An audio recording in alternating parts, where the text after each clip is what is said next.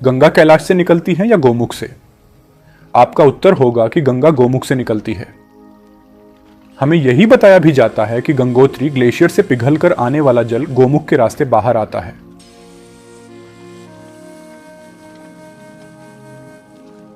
आरंभ में इसे भगीरथी कहते हैं, जो आगे चलकर देवप्रयाग के बाद गंगा का रूप ले लेती है।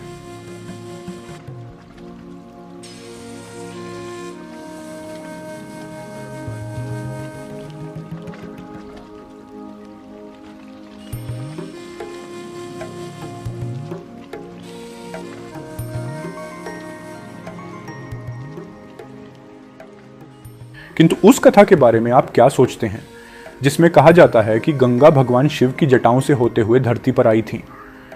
इसके अनुसार धरती पर उतरते समय गंगा का वेग इतना अधिक था कि उससे संकट पैदा हो सकता था। इसलिए भगवान शिव ने उन्हें अपनी जटाओं में धारण कर लिया। इससे गंगा का वेग शांत हुआ और वो अनेक धाराओं से होती हुई धरती पर प्रवाहित होने लगी।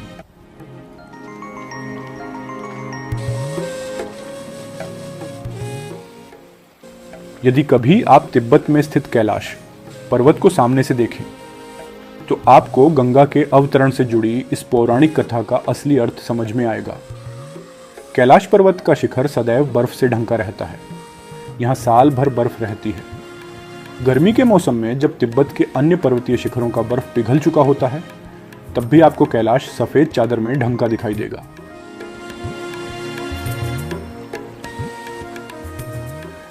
कैलाश पर्वत को निकट से देखने पर पता चलता है कि यह कोई बर्फ से ढंका रहने वाला सामान्य पहाड़ नहीं है। कैलाश पर्वत पर अधिकांश समय बर्फ गिरती है या बरसात होती रहती है।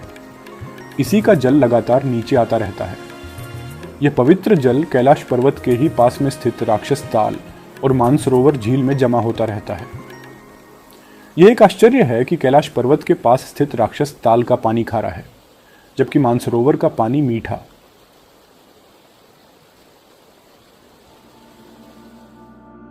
राक्षस ताल देखने में अधिक सुंदर दिखता है।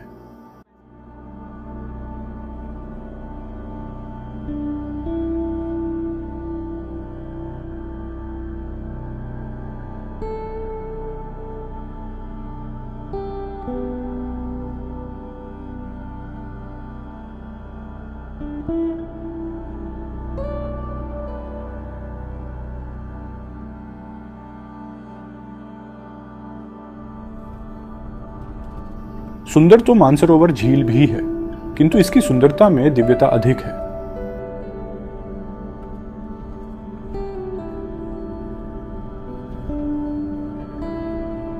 इन दोनों झीलों से 4 नदियां निकलती हैं। ये नदियां हैं सिंधु, सतलुज, ब्रह्मपुत्र और कर्णाली। पहले 3 नदियों का नाम तो आपने सुना ही है, लेकिन हो सकता है कि कर्णाली नदी का नाम आपने पहले नहीं सुना होगा। कारण यह कि यह नाम भारत में प्रचलित नहीं है। इस चौथी नदी को नेपाल में कर्णाली के नाम से जाना जाता है। तिब्बत में मानसरोवर क्षेत्र से निकलकर कर्णाली नदी पहले नेपाल में प्रवेश करती है। वहां से यह कई छोटी बड़ी धाराओं के माध्यम से उत्तर प्रदेश और उत्तराखंड में प्रवेश करती है। कर्णाली नदी का भारत में प्रवेश करते ही नाम बदल जाता है और यह घाघरा कहलाने लगती है। घाघरा वही नदी है जिसके तट पर भगवान राम की नगरी अयोध्या बसी हुई है। वहां पर घाघरा को सरयू नाम से जाना जाता है। योगी आदित्यनाथ सरकार ने अब पूरी घाघरा नदी का नाम बदलकर सरयू कर दिया है ताकि लोग इसके वास्तविक महत्व को समझ सकें।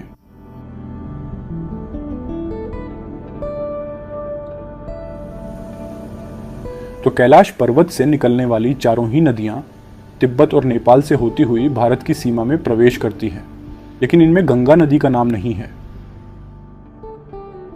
हम हमेशा से पढ़ते और मानते आए हैं कि गंगा नदी का उद्गम उत्तराखंड में गंगोत्री ग्लेशियर से होता है। वहां पर गोमुख नाम का एक स्थान है जहां से गंगा की प्रमुख धारा निकलती है। गोमुख पर आरंभ में गंगा का नाम भगीरथी कहा जाता है, जो आगे चलकर उत्तराखंड में ही अलकनंदा, मंदाकिनी, कर्णगंगा समेत कई छोटी बड़ी धाराओं से मिलते हुए अंत में देवप्रयाग में गंगा का रूप लेती है। शिव पुराण के अनुसार मां गंगा भगवान शिव को पति के रूप में पाना चाहती थीं। शिवजी को प्राप्त करने के लिए उन्होंने घोर तपस्या की। शिवजी ने प्रसन्न होकर उन्हें अपने साथ रहने का वरदान दिया, लेकिन मां गंगा का वेग इतना था कि उनके जल प्रवाह के आगे पृथ्वी पर त्राहिमाम मच गया। तब भगवान शिव ने गंगा को अपनी जटाओं में समा लिया।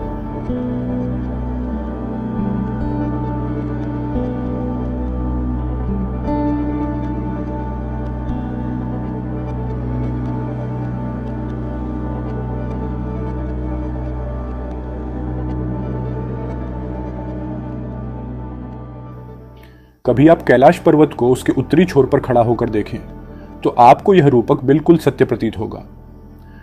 कैलाश पर्वत पर आकाश से वर्षा होती रहती है जो वहां पर बर्फ बन जाती है, फिर ये ही पिघलकर पानी के रूप में नीचे की ओर आता है।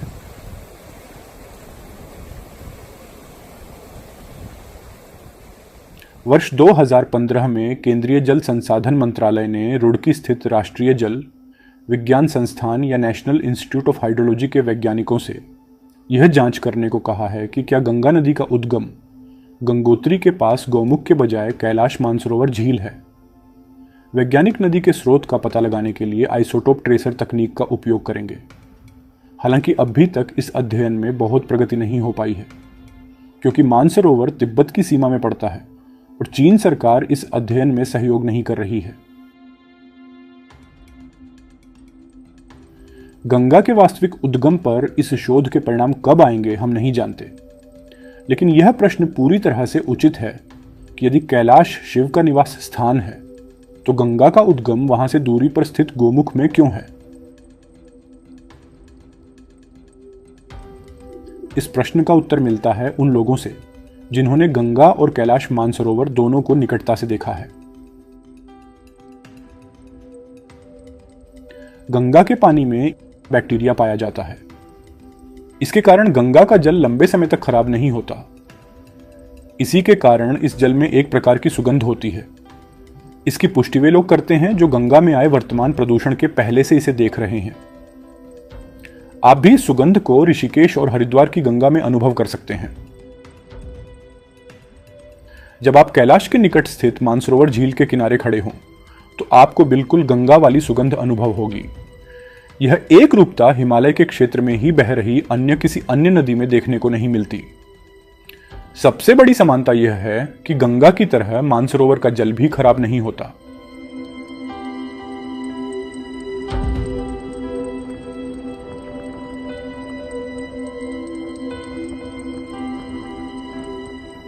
जबकि कैलाश पर्वत से ही बहकर राक्षस ताल में जमा होने वाला पानी खराब हो जाता है।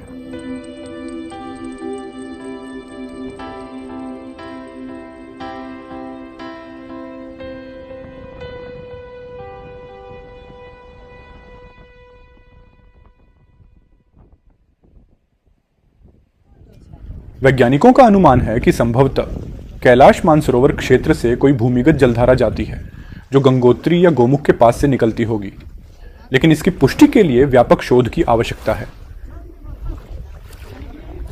वैज्ञानिक इसकी पुष्टि जब करेंगे तब करेंगे, लेकिन कैलाश मानसरोवर और गंगा को निकटता से देखने वालों को कोई संदेह नहीं कि ये वही पवित्र जलधारा है जो शिव की जटाओं से होते हुए स्वर्ग से उतरी थी। आशा है आपको हमारा यह वीडियो पसंद आया है। अंत में आपसे एक अपील, इसे लाइक करना और कमेंट करके अपने विचार रखना ना भूलें। इस चैनल को सब्सक्राइब भी कर लें। यहाँ पर हम धर्म, अध्यात्म और तीर्थ स्थलों से जुड़े विषयों पर नए नए वीडियो लाते रहेंगे। नमस्कार।